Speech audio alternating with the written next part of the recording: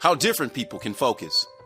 In order to be a productive worker, you need to handle distractions well and learn the art of focusing on important things. If you're working in the service industry, the following tips might help.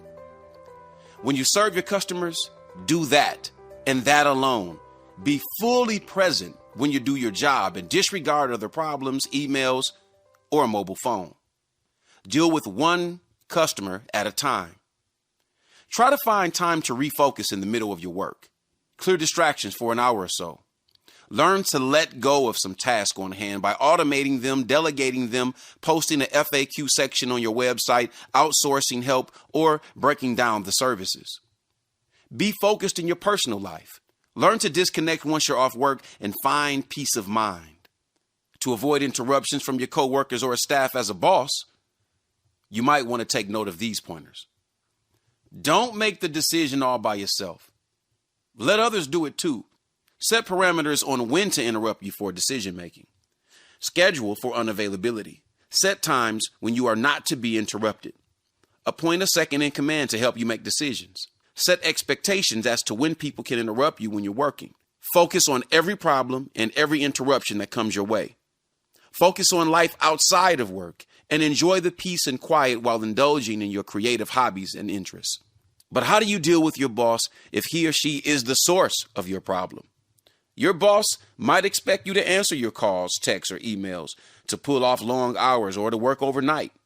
You have to deal with your boss by doing these things. Discuss your desire to focus with your boss. Convince him or her about how finding focus will improve your creativity and productivity. Determine the factors that you can control and those you can't. Change those controllable factors to help you focus. For instance, you can clear your desk or computer desktop. If you can't do away with ignoring emails, at least don't distract yourself by surfing the web. Try to work out of the office. If you have the liberty to work at home or anywhere else without distractions, do so. Show your boss that all these changes to find focus really work. Find another job. If your boss doesn't approve of your pursuit of focus, consider changing jobs. If you do find unsupportive people around you, people who do not approve of all the changes that you want to make to find focus, don't force them. Let them understand how important it is for you to be able to focus. Make sure to ask for their help. If you can't convince them with words, show them an example. Show them how the changes you plan to find focus will work. Settle with the changes you can make with the lack of support of other people. How to change office culture. Modern offices boast of being productive and efficient. However, workers are constantly interrupted by distractions, from emails and IMs to calls, calendar requests, meetings, and office chatter. All these distractions cause information overload and stress. They might even end up doing nothing at the end of the day while paying attention to a whole lot of distractions. You know how that works. You can create a more productive environment at work if you advise the employees to do these things. Tell them to figure out what to do for the day and settle with 3 to 5 important tasks. They should do this first thing in the morning. They should clear their desk and tune out all distractions to work on the first important task. They can devote about 30 minutes of the day to go through email and voicemail. They should focus on completing the rest of the task with few interruptions. They should meet with you and look back at their day, discuss the problems, and settle what tomorrow's task should be. They should wear headphones to drown out distractions.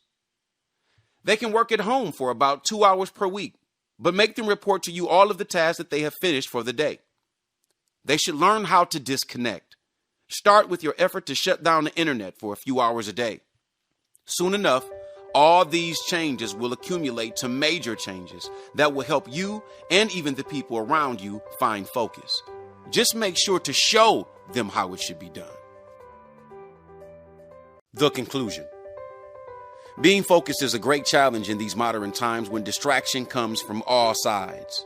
But you should acknowledge that the sources of distractions, from mobile phones and the internet to people trying to talk to you, are things that you can't always do completely without. This means that you just need to make do with these distractions by learning to limit their stream and their impact on your life. It helps to be fully devoted to the cause of finding focus by showing a willingness to make both minor and major changes. You can start small anyway by clearing the desk, avoiding the clutter in your office or at home, or testing the waters by disconnecting a few minutes to a few hours every day. When you're strong enough to focus for hours or even for days, knowing that you won't lose or miss anything significant for doing so, you will see the real beauty of a peaceful and quiet environment. This, in turn, will help you become a more productive and creative individual. If you want to make an even bigger change, you might want to help people find focus in their lives too. Start by telling them how it's doing wonders for you. Then show them how you're enjoying your life now more as a focused person. If they refuse to give in, be patient and make do with the changes that they can make. As what this book has discussed, learn to go with the flow. Don't control the uncontrollable. Be flexible. Be strong in the face of distraction. Only then will you be able to focus and be a productive member of your home, office, and society in general. Thank you for your investment of mind, time, and energy into this focus. I appreciate you in the true sense of the word, both to give and to receive. I'm Poet Woods. Stay focused, and as always, straight ahead.